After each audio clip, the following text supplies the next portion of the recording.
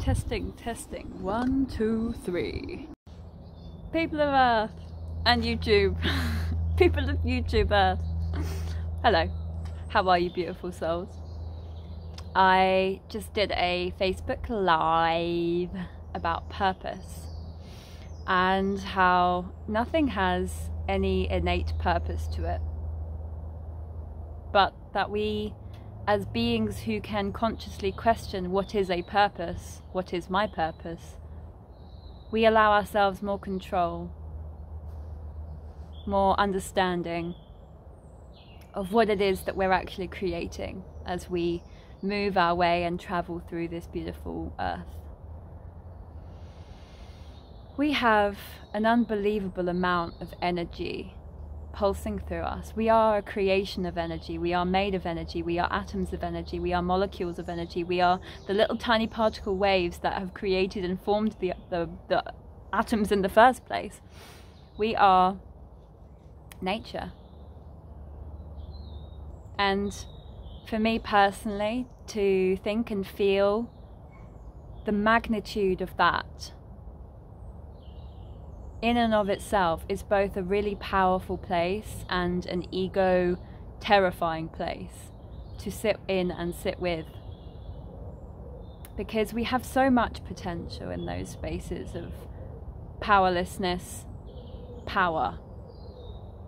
The surrender of the need for power is in fact the greatest power we can ever hold and have, and to truly embody that truth we must work through these spaces and places and corners of ourselves that actually are terrified of that. And that looks like so many different things. It looks like taking action in our physical reality. It looks like understanding that truth is everywhere. No matter what we seek, we can find it when we truly look.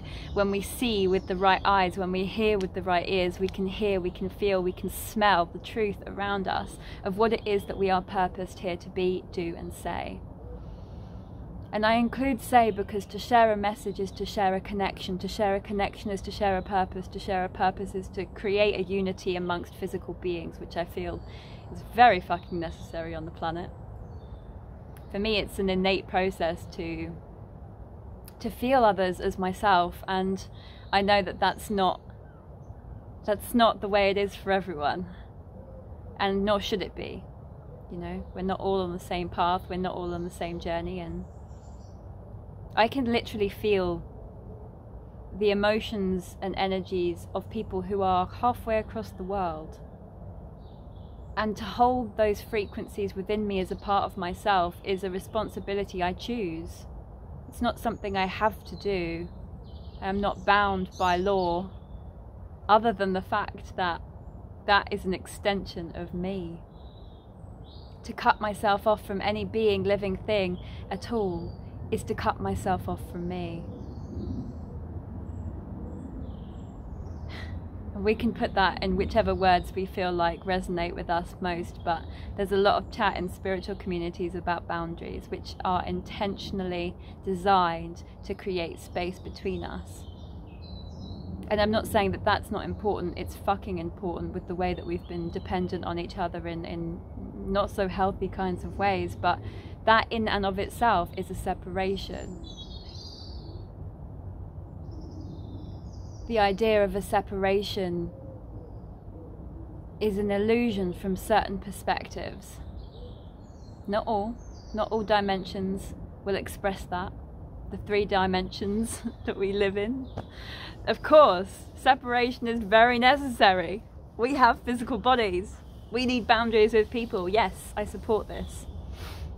I just also want to clarify that we are not just dimensional beings from this plane. We have so much more possibility and abundance of perspective available to us when we open ourselves up to these multidimensional aspects. They become an innate part of us. And if you find yourself questioning another being's integrity, perhaps that is you questioning your own. If you find yourself sneering or becoming judgmental of another person's way of life, the way they choose to express themselves, then perhaps it's time to hold up that mirror firmly and say, Where am I rejecting this aspect of myself? Because I'm not for everyone. And I'm slowly cutting away the crap that is keeping me bound to the world that I no longer want to belong to, exist within. Because it was created in a way that was not authentic to my true essence.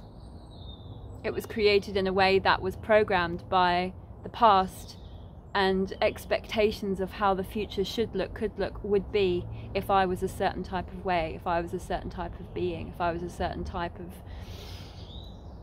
essence. But the expansion of essence, the ever-present being of expansion in all forms, is an inevitable fact of life. And as a reflector, in the words of Ra, the guy who kind of pieced together the beauty that is human design, nobody is more aligned with the gods than the reflector. And that's no ego trip. It's fucking terrifying. Full honesty. It's fucking terrifying to feel the innate connectivity of every living being, every living thing, and feel it within your body as if it were your own, and learn to differentiate between those things. That has been my purpose. That has been my journey. And will continue to be so, I'm sure. I'm not saying I'm the pivotal peak of evolution. At this point, I kind of am, though. We all are, in our own ways. But in the sense of my knowledge of experience does not necessarily impart onto your being unless you so choose it to be so. So I encourage you to reflect on what I say and feel into how you feel with these words, and know that everything I'm saying is not going to be received at all in the way in which I'm intending it to be, because we are all individualistic beings with different programs and different understandings and different meanings assigned to different words and phrases and mannerisms. So, you know, nothing I say is ever going to be resonant with you in the way it's intended to be from my part, but that all is well. That is divine. And that is fucking beautiful, that we are all so differentiated in that unique way. And we get this opportunity to live and play out as one being, multiple possibilities all in one. But that once we really tune in with the one that we are, the oneness of our being, the oneness of our individuality, and the unity of those two consciousnesses, that's where the real power and the magic starts to fucking happen. And I'm so fucking ready for it, my dudes. I'm so fucking ready for it.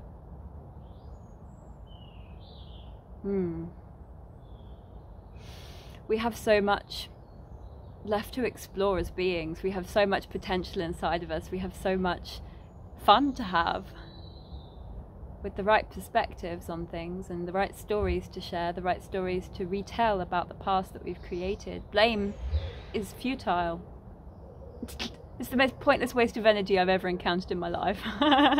I'm being very blunt today because that's the energy I'm in, so feel it, embrace it. Attune to what you wish, and really what you think is none of my business. But if it's positive, I appreciate it. If it's negative, I appreciate it. But know that it's a reflection of yourself. It says nothing innately about me other than you are an extension of me, so it's saying about me what it's saying about you. Which is also fun.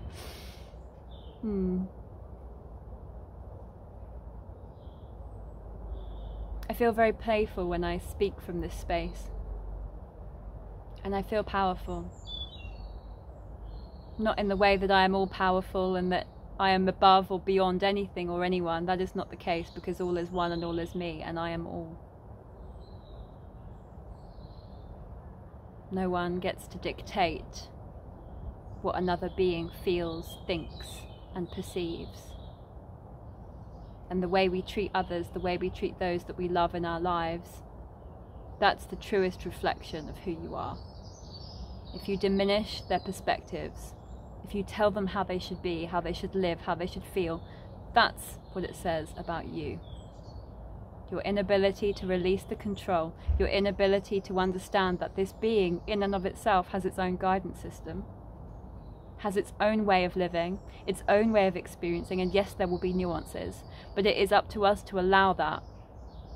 It is up to us to allow the unfolding of that process so that we may communicate from a place of connection, not of distance. When I really feel into what it is I want to share with the world, it is this place of unity that many of us feel so innately. Many of us feel so innately. And maybe one day that will be our baseline. Isn't that a fun thought? As a race, one day